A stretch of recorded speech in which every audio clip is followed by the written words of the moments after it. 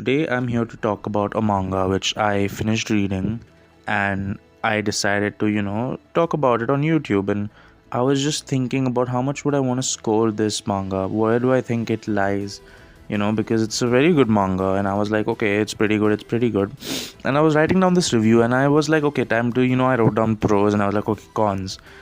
And I realized I didn't have anything bad to say about this manga. And that's when I started thinking. I was like, wait a minute. I literally had nothing bad to say about this manga, and I went back and I was like, okay, there must be something I didn't like about it. I couldn't find it. I think objectively, and of course my personal bias is being included, I think Blue Period is a perfect manga. And I've read a lot of mangas in my life. Blue Period is one of three mangas I find to be flawless. We'll talk about the other two in other videos, but today I just want to talk about Blue Period and why I genuinely think after a long time I've read a perfect manga, right? So starting off, I think the story is very, very well written. I think Blue Period hails in how intricate its writing is, how beautiful its writing is. The journey we go on in this manga is the journey of our main character, Yaguchi, right? And it's genuinely such a personal and such a beautiful story. It is not at all it's very deep, it's very personal, it feels so beautiful to read. It's incredible. I would say the strongest point of this manga is how well written it is. It is genuinely one of the best written stories I've read, and that's the thing. It's not based in fiction, it's not based in it's not a fantasy land, it's none of that. It's a very real story with very real feelings involved and very real consequences involved. It's just a beautifully written manga, right? I think the characters are absolutely remarkable. We of course have a main character, Yaguchi, right? Or Yatora, I think that's a better name. We have a main character who obviously the entire journey we're on is through his lens. It's his journey that we're reading. But it doesn't stop there. There's so many other characters which have so much depth to them. Like if you're talking about Ruiji, who is like the main character's friend who dresses in drag. It's a dude. Or you have Takahashi, who's like an introverted silent dude. His character arc is fucking incredible. You have Hashida, who I personally really like, who has a great character arc as well. You have his friends in Tua college, like you have Yakumo, who has an incredible character arc. And there's so many moments where you'll find yourself really enjoying a character. And the funny thing is that character is not going to be one of those characters who is like a mainstay for the rest of the manga or anything. They'll be the focus of one arc, and the writing of that character will be so good that each time you'll find yourself wondering who really is your favorite character in this manga, because all of them are so incredibly written.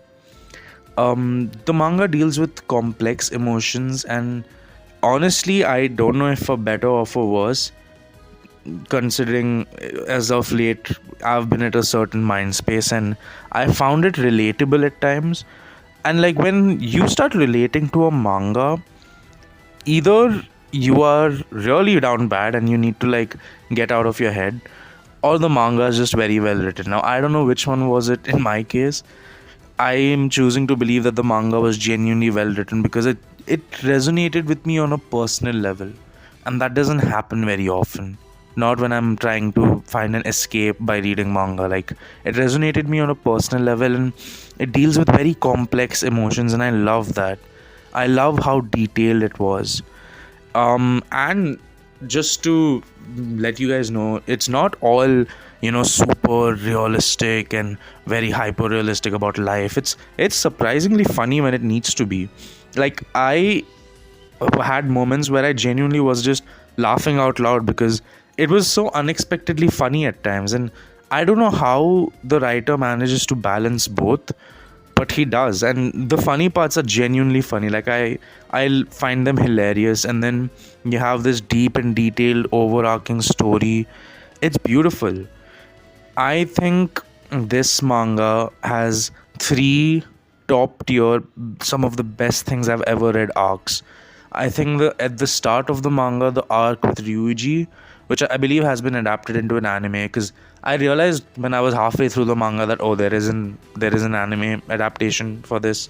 I just refused to watch it, and I was already past the point. So I think the whole sequence with Ryuji, I think I'm pronouncing his name right, where it's basically R Blue. I'm probably going to buy that volume because I think that was the first time it really hit home for me. And then the other volume where it's just him teaching a part-time job at like a nursery or like a kid's place.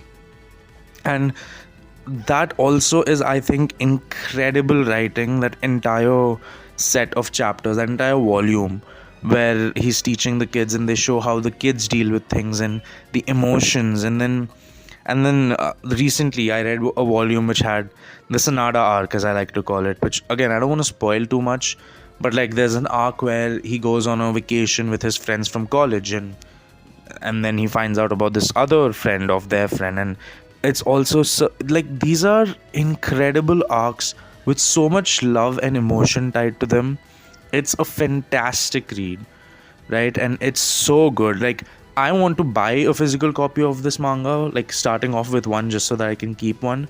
And I have three options of like all perfection. I would not mind getting either of those because they're all absolutely up there with some of the best things I've ever read.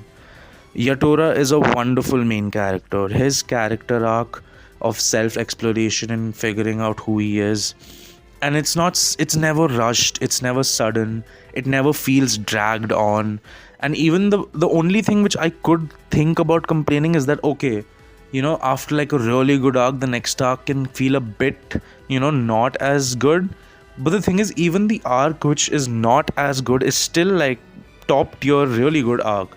It's just that the standout moments really stand out, and even the moments which don't stand out are still pretty damn good. So essentially, you're going from a 10 out of 10 arc to a 9 out of 10 arc to a 10 out of 10 arc. That's basically how it is. It's wonderful. This is a very well written manga. I didn't think I would reach a point where anything could reach the level of Vagabond or Oyasumi Punpun, but it did. And I'm genuinely happy that it's Blue Period. It's a wonderful manga. I could not recommend it. This is essentially something which I will be talking about forever in my life when I think about mangas. Blue Period is fantastic, and I cannot highly recommend it enough to you guys. Like, you guys should absolutely go ahead and read it. But yeah, that's all I have to say about it. Thank you guys so much for watching. Don't forget to leave a like and subscribe, and I'll see you all in the next one. Bye.